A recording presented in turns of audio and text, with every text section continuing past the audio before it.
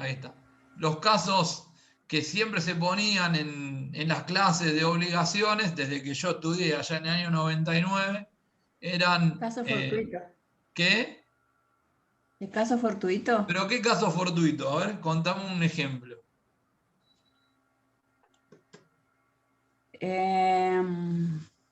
De caso fortuito. De que se destruye, por ejemplo, mi inmueble, una casa, por causas naturales. Y eso, bueno, pero una causa natural, ¿cuál podría ser? Una tormenta, Un Bueno, terremoto. un Una terremoto. inundación. Bueno, inundación. siempre hablábamos de catástrofe. Está bueno esto que me diciendo porque es justamente a donde... Siempre se habla de catástrofes naturales, ¿no? Situaciones... bueno, hoy con todos los problemas ecológicos que hay, es mucho más común encontrar catástrofe, pero siempre se pensaba en cosas tremendas, ¿no? Y casi que el caso fortuito, la teoría de la imprevisión, que tuvo aplicación, pero mucho menos de la que de lo que fue el desarrollo doctrinal de estas instituciones. Bueno, el año pasado, todos los que se vino hablando durante décadas, todos juntos lo vimos y todavía lo seguimos viendo después de un año de pandemia, ¿no? Todos los supuestos de caso fortuito y de teoría de la imprevisión que tanto se había hablado, todo Y cobró ahora sentido. sería la pandemia. Ahora Ahora sería sería la la pandemia. pandemia, absolutamente. ¿Y de qué manera, Porque alguien puede negar que la aparición de una pandemia es un claro ejemplo de un caso fortuito. No. ¿Alguien podría dudar que una persona que celebra un contrato, mirá, y esto me pasó, y creo que se los conté acá, contrataron un salón de fiestas para un cumpleaños de 15 en octubre de 2019, fecha de la ceremonia 21 de marzo de 2020. ¿Alguien podía pensar que el 21 de marzo de 2020 o el 20 de marzo, un día antes, el Poder Ejecutivo Nacional iba a dictar un decreto que prohibía la circulación y cualquier tipo de reuniones en virtud de una pandemia declarada a nivel mundial? Impensado, ¿no? Un día después se frustró el fin de ese contrato por un caso fortuito, ¿sí? Contratos de locación con fines comerciales, ¿sí? Se abrió un barcito en Castelar que iba a empezar a funcionar el 1 de marzo de 2020. El bar estuvo cerrado del 1 de marzo de 2020 hasta el 1 de septiembre de 2020. ¿Sí? Bueno, lo podemos replicar, sí, espectáculos teatrales, musicales, todo tipo de hipótesis. Toda la biblioteca que se desarrolló durante años sobre el caso fortuito, todo cobró vida digamos, en un año y un día en particular, ¿sí? Con lo cual, quizás hoy, ¿a qué voy con todo esto? Que cuando se habla del caso fortuito y la teoría de la imprevisión era más difícil entenderlo. O bueno, era entendible en un contexto de una catástrofe, ¿sí? Bueno, hoy es mucho más fácil porque de alguna manera entiendo que cada uno de ustedes seguramente tienen algún amigo, familiar, conocido que de alguna manera fue víctima en términos patrimoniales de la pandemia, ¿sí? Y que van a poder relacionar estos preceptos con la realidad, ¿sí?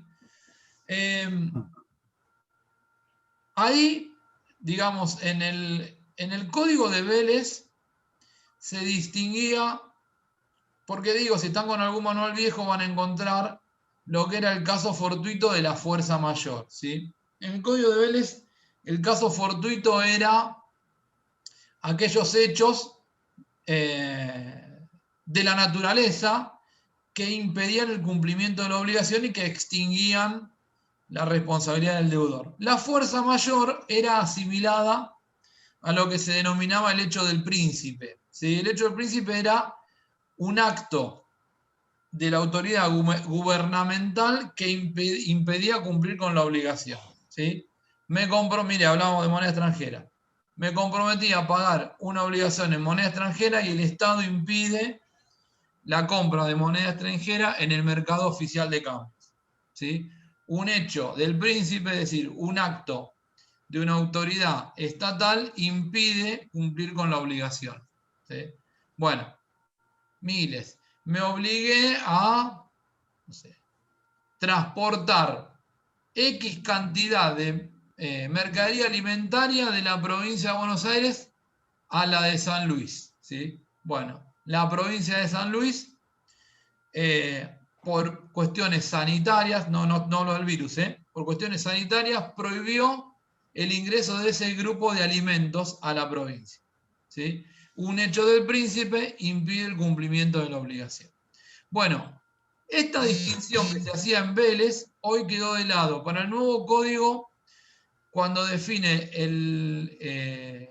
los conceptos de caso fortuito y fuerza mayor, los utiliza como sinónimos. Son lo mismo. Es decir, que un hecho del príncipe puede ser considerado un caso fortuito y un hecho de la naturaleza puede ser considerado fuerza mayor. Ambos conceptos son sinónimos, ¿sí? Y lo define diciendo que se considera caso fortuito o fuerza mayor al hecho que no ha podido ser previsto o que habiendo sido previsto no ha podido ser evitado. El caso fortuito o fuerza mayor exime de responsabilidad excepto disposición en contrario, ¿sí? Bueno, primera conclusión, ¿sí? La ocurrencia del caso fortuito extingue la obligación del deudor, sin derecho a indemnización por parte del acreedor, ¿eh? Es decir, porque la Ahí en el causa, horno hay comida. la causa que genera el incumplimiento es ajena a las partes. Sí. Y las partes no pueden vencer esa... Ojo, y que se entienda esto porque es trascendente. Las partes no pueden vencer esa barrera para cumplir Habría que hervir fideos por ahí. con la prestación. Y ojo con esto, porque una cosa es que yo no puedo cumplir con la prestación porque hay una complejidad mayor a la habitual. Eso no implica que no pueda cumplir. Voy a poner un ejemplo, ¿sí? Tengo que llevar mercadería, y esto pasó, tengo que llevar mercadería de la provincia de Buenos Aires a la provincia de Córdoba, ¿sí? Camino más directo que tengo, la ruta 7. La ruta 7 sufrió el desborde del río La Picasa, ahí en Santa Fe. El camión no puede transitar por la ruta 7 para llegar al destino. Bueno, ¿eso es un caso fortuito? No, tengo rutas alternativas para cumplir con la prestación. Ahora, si el Estado Nacional, a través del Poder Ejecutivo, dicta un decreto de necesidad y urgencia que prohíbe la circulación en todo el país, entonces sí, porque ya ni siquiera tengo una vía alternativa de trasladar la mercadería de una provincia a otra, ¿sí? Es decir, los obstáculos que generan una complejidad adicional, pero que no impiden el cumplimiento, no pueden ser considerados fuerza mayor, ¿sí? No extingue la obligación. ¿Cómo? No extingue la obligación de cumplir. Exacto, no extingue la obligación, no extingue la obligación. Bueno, ¿cuáles son los presupuestos que establece nuestro ordenamiento para que se configure el caso fortuito o fuerza mayor? Bueno, primero, impresibilidad. Es decir, que las partes no hayan podido prever que ese acto iba a ocurrir, ¿sí? Si yo tengo, voy a poner ejemplo cualquiera, yo tengo el servicio meteorológico que me indica el día sábado lluvias torrenciales, ¿sí? Y yo me comprometo a entregar un producto el día sábado, no puedo ir el sábado y decir, miren, no puedo cumplir porque está, no sé, me tienen que entregar una heladera, ¿sí? No puedo cumplir porque no puedo llevarte la heladera porque está lloviendo y no vino el fletero. No, no es imprevisible. El pronóstico del tiempo advertía lluvias torrenciales para el sábado, ¿sí?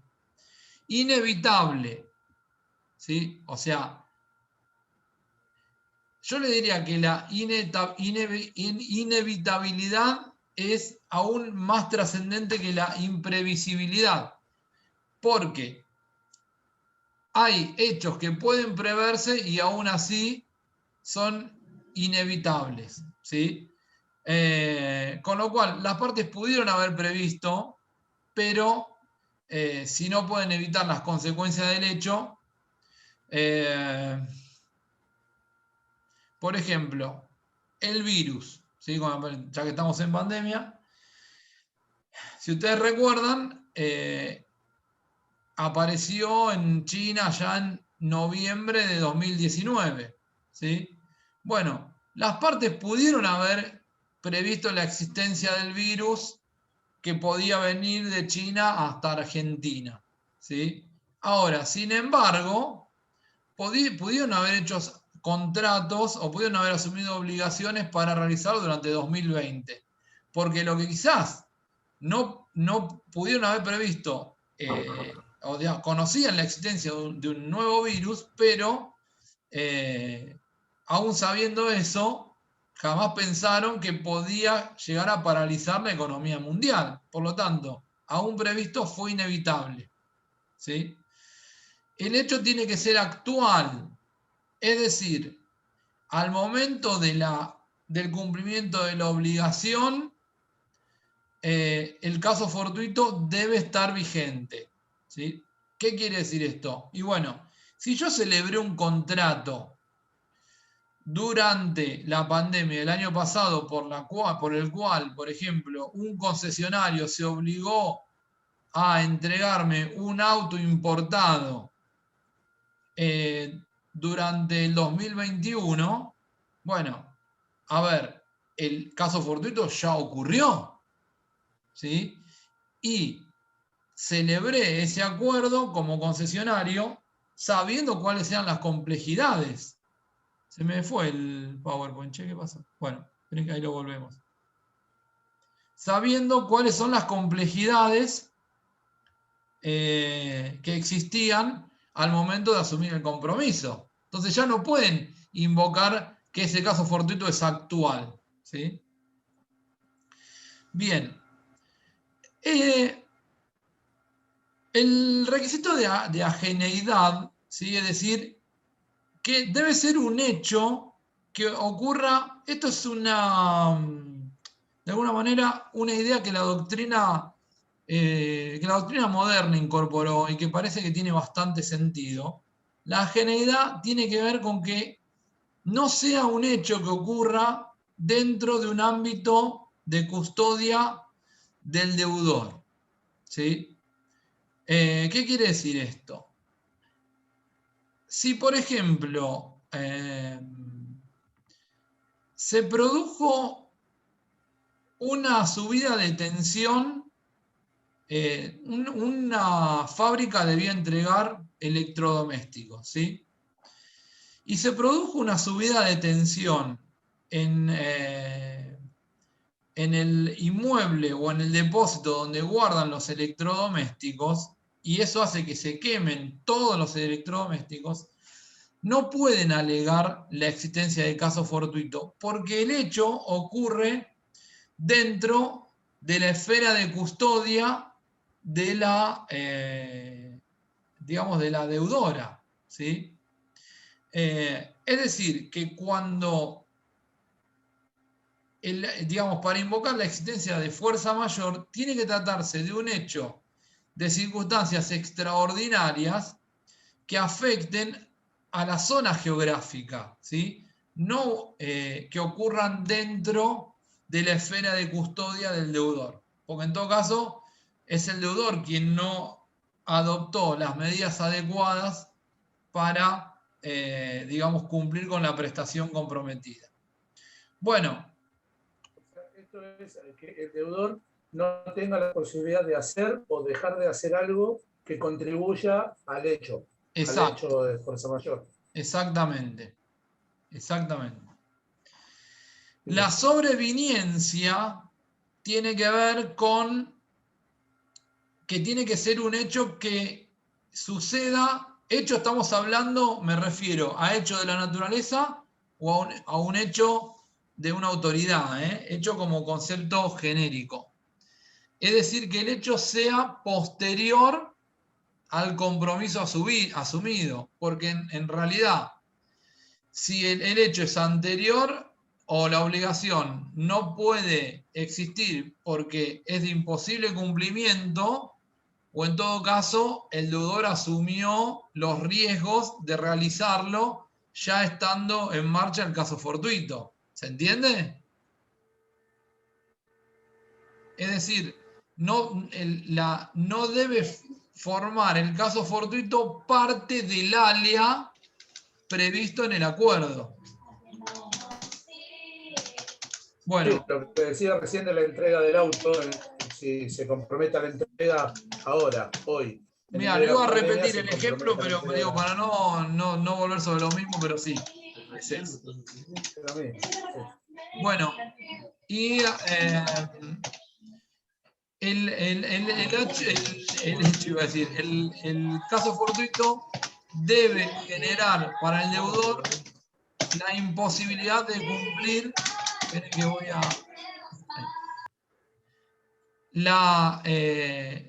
La sobreviniencia del caso fortuito debe implicar la imposibilidad material o jurídica, dependiendo del caso, de cumplir para el deudor. Voy a poner un ejemplo en el caso mío y de ustedes que van a ser futuros abogados y futuras abogadas. Viene un cliente a verme y me dice, me vino a ver el 1 de marzo de 2020 y me dice, necesito iniciar y terminar la sucesión de mi papá antes del 30 de junio de 2020. ¿Es jurídicamente posible? Sí. Considerando los plazos que yo tengo para cumplir con las diligencias necesarias para llegar a la declaratoria de herederos y a la inscripción de esa declaratoria, es posible terminarla antes de junio de 2020. El 20 de marzo de 2020, la Corte Suprema de Justicia de la Nación declara feria judicial desde el 12 de marzo y de forma indefinida, ¿sí? Esa circunstancia es insuperable para mí, ¿sí? Es sobreviniente porque fue posterior al pacto que yo hice con el cliente y es insuperable porque un acto dictado por el Poder Judicial o por la autoridad máxima del Poder Judicial me impide a mí cumplir con la culminación del proceso sucesorio antes de junio de 2020, ¿sí? En razón de que los tribunales entraron en feria judicial y no brindan el servicio de justicia. ¿Me siguen? Sí, sí, perfecto. Bien. Sí. Termino con esto y lo que nos queda, teoría de la imprevisión e imposibilidad sobrevenida de cumplimiento, lo vemos en la clase que viene. ¿Qué efectos produce el caso fortuito? Bueno, indudablemente extingue la obligación sin responsabilidad del deudor como regla, ¿sí? Premisas que tomamos de los artículos 955 y 1730 del Código. Vamos a ver que hay algunas excepciones, ¿sí? El 956 me fija una. El 956 dice que la imposibilidad sobrevenida, objetiva, absoluta y temporal de la prestación tiene efecto extintivo cuando el plazo es esencial o cuando su duración frustra el interés del acreedor de modo irreversible. A contrario sensu, si el plazo no es esencial o la duración no frustra el interés del acreedor, el deudor debe cumplir la obligación. ¿Sí? Soy abogado, no me comprometí o no era... a ver, volviendo al caso sucesorio, ¿sí? Cuando me viene a ver el cliente me dice, yo necesito que la termines la sucesión el 30 de junio porque yo me comprometí a escriturar ese inmueble porque lo vendí antes del 30 de junio. El plazo es esencial, porque si después del 30 de junio no se escritura, se cae la compraventa para el cliente, ¿sí? Con lo cual, si el plazo era esencial, de forma tal que si yo no termino la sucesión para el 30 de junio, al cliente ya no le sirve. ¿Qué significa esto en términos prácticos? El cliente no está obligado a pagarme honorarios, ¿sí? Ahora, no había un plazo esencial para la firma de la escritura de compraventa. Puedo cumplir la obligación después del 30 de junio de 2020. En consecuencia, yo debo culminar con el proceso sucesorio y el cliente tiene que abonarme los honorarios por la tarea cumplida, ¿sí? ¿Esto se entendió o fue más complejo? No, está claro. Bien. Claro, claro. ¿Qué pasa? Cabe también el caso del cumpleaños de 15, ¿no? Que lo que había hablado del cumpleaños de 15. Sí. Que no da, si después cumple, no lo va a festejar cuando ya tiene 16. O sea, ahí el plazo también es esencial. Claro, y ahí... La niña tiene 15. Y es un temón ahí, porque en realidad para algunas personas va a ser esencial y para otras no ahí. Ahí, digamos, el análisis debe realizarse o examinarse en función de las circunstancias de cada caso, de forma individual. ¿Sí? Pero totalmente, sí. Comparto. Sí. ¿Qué pasa cuando el incumplimiento se produce por culpa del deudor y por caso fortuito? Bueno, no hay una previsión expresa, pero sí hay, podemos extraer algunas conclusiones de los artículos 1725 y 1730. El 1725 regula lo que se llama el deber de diligencia, ¿sí? Dice algo como cuanto mayor sea el deber de actuar con diligencia y prudencia en función de las características del deudor o algo por el estilo, mayor son las consecuencias que se deriven del incumplimiento, ¿sí? ¿Qué significa esto? Que supongamos que la pandemia, a mí el cliente me vino a ver no el 1 de marzo, me vino a ver esperen que vuelvo a ampliar pantalla. Me vino a ver el 1 de diciembre, es decir, diciembre, no, 3 meses atrás, para que yo termine la sesión el 30 de junio. Resulta que yo, al 20 de marzo, solo había hecho parcialmente las gestiones dentro del sucesorio, cuando podría haber hecho casi todo el proceso, ¿sí? Bueno, yo pude haber obrado con mayor diligencia de la que hice, pero es cierto que hay una causa ajena que me impide ahora cumplimentar el trámite, ¿sí? Bueno, en esos casos, si eventualmente después me llegase a recaer un juicio por mala praxis, el juez debe morigerar, no digamos, eximirme de responsabilidad, pero debe morigerar en la atribución de responsabilidad porque parte fue culpa mía y parte fue consecuencia de una causa sobreviniente insuperable, ¿sí? Entonces, quizás yo no voy a poder terminar para el 30 de junio, pero ya podría quizás cumplimentar lo que resta del trámite a los pocos días, ¿sí? Es decir, mi responsabilidad debería ser atenuada. Bien, bueno, esto lo vamos a dejar para la próxima clase, así cerramos acá. Dígame si hay alguna pregunta sobre el tema. ¿Sí? Yo le quería preguntar respecto al ejemplo de recién. Sí. Si bien no se puede exceptuar de parte de su responsabilidad y se modificara la pena, ¿cuál sería la consecuencia para usted? Que yo deba resarcir, por ejemplo, si se debía escriturar el 30 de marzo, perdón, 30 de junio, y se establece una penalidad de $200, digo un número, por cada día de retardo para el vendedor por falta de escrituración en tiempo oportuno, yo como letrado que debía haber cumplido con la totalidad de la sucesión antes de esa fecha, habiendo podido hacerlo, quizás el juez me imponga a mí que asuma parte de los daños que debe, o de la multa que debe pagar el vendedor al comprador, por ejemplo. Perfecto. ¿Sí? Hay miles de casos. Los famosos AS30 serán, profe. No, AS30 es otra cosa, ¿eh?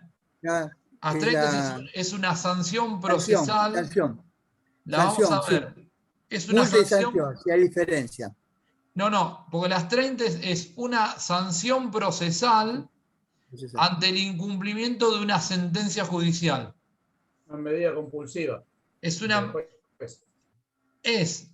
una medida, sí, que más no es compulsiva, porque la medida compulsiva es que el juez ordene las medidas adecuadas para el cumplimiento de la sentencia. En realidad las AS30 son una multa, o si querés una multa, una pena de tipo procesal que se impone al condenado, digamos, no condenado en términos penales, ¿no? Sino condenado en un proceso al cumplimiento de una obligación impuesta judicialmente y que es reticente, ¿sí? Entonces, por ejemplo, le digo, deben escriturar, condeno, fulano total a escriturar en favor de tal persona, y el condenado no concurre en la escribanía. Bueno, el comprador puede pedir al juez que imponga, no sé, una multa de 10.000 pesos diarios hasta que el condenado en el proceso se presente en la escribanía y suscriba la escritura traslativa de dominio. ¿Sí? Perfecto. Bueno, ¿les parece bien si cerramos acá y seguimos el martes que viene? Bárbaro. Bueno, sí, por favor. Sí, bien. ¿Quién dijo por favor? ¿Se estaban aburriendo tanto? Yo. ¿Qué tan aburrido es esto, che? No, lo que pasa es que hay mucha información. Mucho.